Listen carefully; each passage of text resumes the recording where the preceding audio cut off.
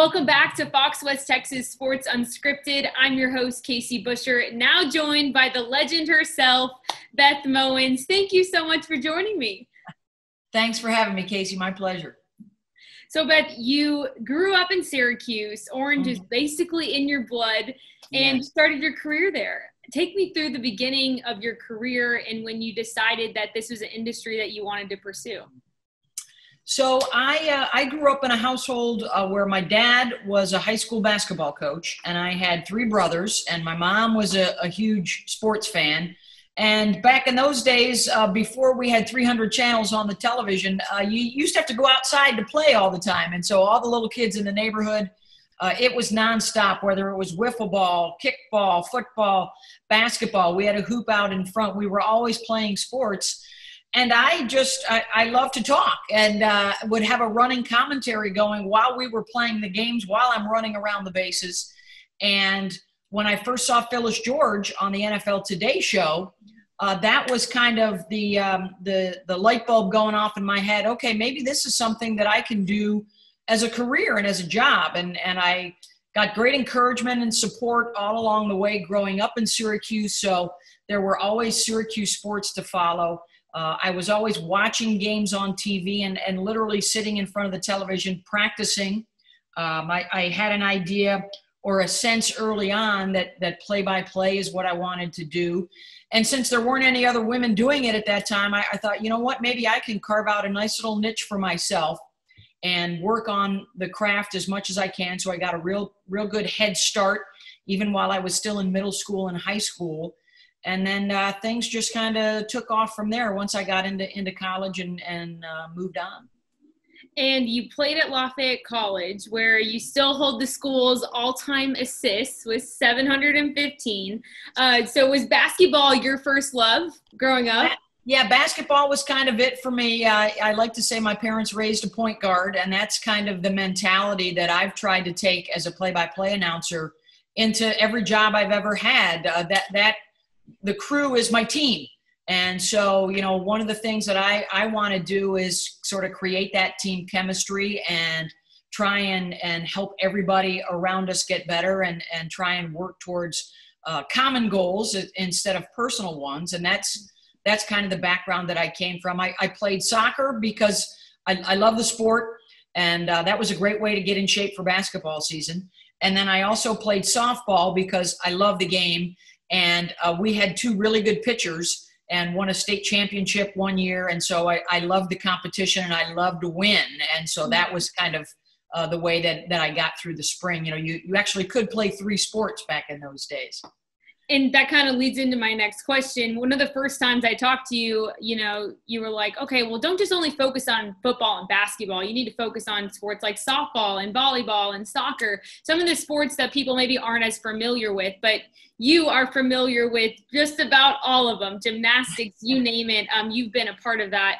Would you say for you along the journey that's been really impactful for you and beneficial that you're able to work in all these different sports and know the vocabulary and the background of these sports and all of those things? I like to say know a little bit about a lot. And because those, for most of us, when we're first starting out, you're not going to be calling the Super Bowl or the World Series, but you know, there may be an opening in local television for you to call the volleyball matches and the soccer matches and some women's basketball or some softball. Some of the Olympic sports are often the first step, or that's how you get in the door. And I always tell people it's amazing what you can pick up if you not only watch a game, but listen to a game, the language of the game, the contour and flow of the game, all things that kind of go into your play-by-play call or as an analyst. And so a lot of those sports were the ones that I started out calling and got my reps in, you know, if you're a believer in the 10,000 hours, which I am, get as many reps as you can to help find your voice quickly. Those are the things that were invaluable to me to be able to call any of those. And even once, you know, you're at a place like ESPN, hey, you know, something just opened up over here in this sport. Can you do it? Yeah, absolutely. Sure. I've done that in the past. And so that versatility sometimes is what can keep you in the ball game when times may be a little tougher or a little bit slower as we're in right now without any sports at all.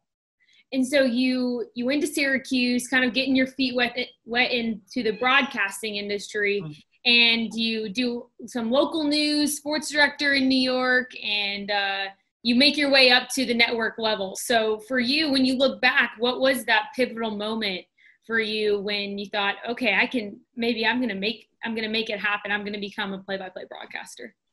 Well, I think playing sports helped me develop that confidence early on. And I think there was, for me, an advantage growing up in Syracuse, where they have the Newhouse School, where they have this rich tradition of amazing play-by-play announcers. And so I knew of it very early on. And after I got my undergrad at Lafayette College, I came back home to Syracuse for my master's. And for all of us, you're kind of wondering, right, when you leave college, okay, where should I go? What's the best place for me to start? And fortunately for me, it happened to be at home in my home market. There were great opportunities in Syracuse, and the networking that I had done from an early age, I already knew a lot of people in that market. And so that's where I was able to work, even as an undergrad, going home in the summer, or definitely during grad school. I already had an opportunity to go work and pick up a paycheck in the local market. And that led to my first job, and then that job led to my next one. And so I think that was invaluable for me growing up in a good sports town like Syracuse, but also in a good sports market. And I think that's the key for a lot of young people when they're first starting out. Can I start out at home on the computer, blogging, podcasting? Do I need to go to a small market and get on the air immediately? Do I need to go to a WFAN and get my foot in the door in a big market, in a place where it's going to be highly competitive, but the networking will be invaluable and the opportunities will be invaluable? Those all kind of go into the decisions that we each have to make.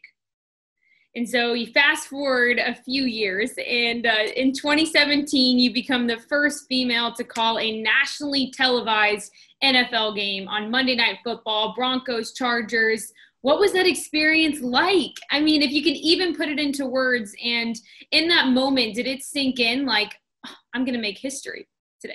That came later. I think you're so attuned to doing the job and doing it well. You understand, like I understood, okay, there's a lot more attention here. Suddenly people want me on their radio shows, or I'm doing interviews for TV or newspaper.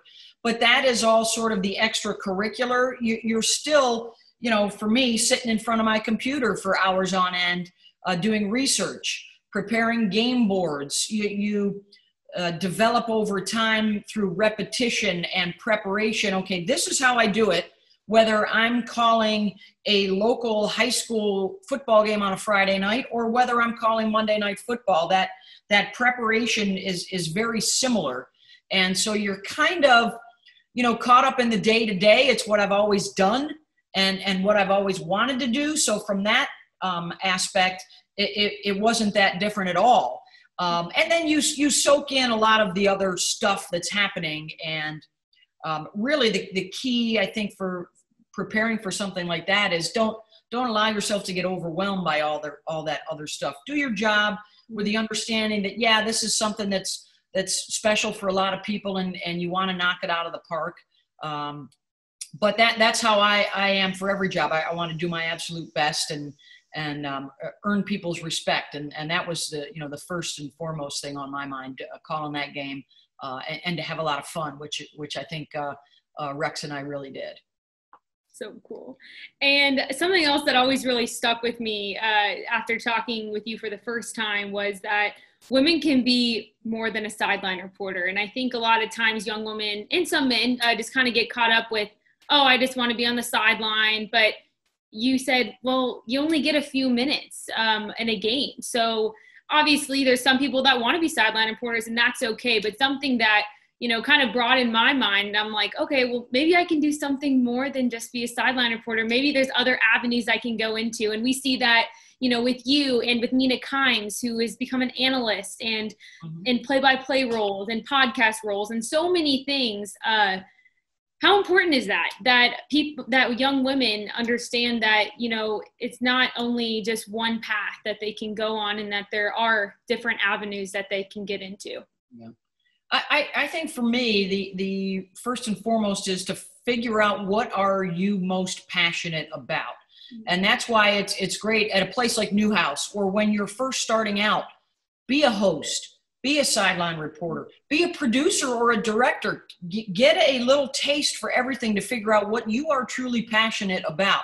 Because I say this all the time. First and foremost, sideline reporter is probably the hardest job. Yeah. You have to know so much about all kinds of different stuff. You better be passionate about that. You better be that's what I want to do. And that for me was not my passion. That was my first entree into the business big time. So I wanted to do well at it. I wanted to excel at it. But I always knew that ultimately I wanted to get in play-by-play. So I think the important thing is to have that sort of variety, to have that base of a lot of different backgrounds if you can get it. So you have an understanding sort of what everybody's job is, what everybody's role is, but ultimately you've got to chase what you're passionate about. And if that's being a sideline reporter, great. Be the best at it. But you can also dream of being a play-by-play announcer or an analyst in the NBA or an analyst for Major League Baseball or the NFL. You can sit in that producer's chair, which is actually where all the power is ultimately, and make a lot of those big decisions for yourself. And for you along the journey, how helpful has it been for you to have male mentors in your life? Mike Tirico, Sean McDonough, Costas, I mean, those are just some of the Syracuse guys, but in your career, how helpful has that been to have male colleagues supporting you along your journey and applauding you when you get, good accolades and when good things happen to you in your career? How important is that? Oh, it's huge. And when I was coming up in the business, that's all there were guys that were doing the jobs that I was interested in doing. And so to be able to tap into all of those resources at a place like Syracuse, then once I was out and working, being able to watch and learn from some of the greats in the industry. I've been very fortunate over the years that I have worked with and around men that, it's pretty simple. Earn your keep, prove yourself, and they give you an opportunity to earn their respect, and you work your tail off to be the best that you can be. And so, initially it was male mentors, and then I started working with a lot more women alongside people like the Holly Rose and the Doris Burks and the Jessica Mendozas of the world. And so now you start to develop that kind of support system for one another. And now as I age, Casey, you do see the importance and the significance of, now younger women can still have those male mentors, but they can also have some female mentors to look up to and seek guidance from. And when you look at the industry, obviously the door you knock down is going to live on forever, and just the way that you are continuing to make a path for women. And when you look at the field, in what ways have you seen that women are making strides, but in what ways do you hope that you still see in the future that women, have to go? In what ways do you see that? Yeah. I think there is still a lot of room to grow. I think we're sometimes still caught in a situation where as long as we've got one woman doing it, well, we check the box, and that's fine. But, there are so many more women involved now in the industry that there's no reason why you can't have multiple women on the show. I mean, just this morning, you see the NFL Live announcement with a great new cast, and you've got both Laura Rutledge and Mina Kimes on the broadcast. Our softball crew, when we call the World Series, is all women on the air. So I think there are still opportunities for us to grow in that regard. But, I love to see a lot more play-by-play announcers just in the last couple of years. There's a handful of women now that are calling minor league baseball games. We have a handful of women on the air at ESPN, and now they're on the Big Ten network and CBS, and they're on the Pac-12 network. And so I'm ecstatic to see those kinds of opportunities open for young women, and that there are now younger women out there that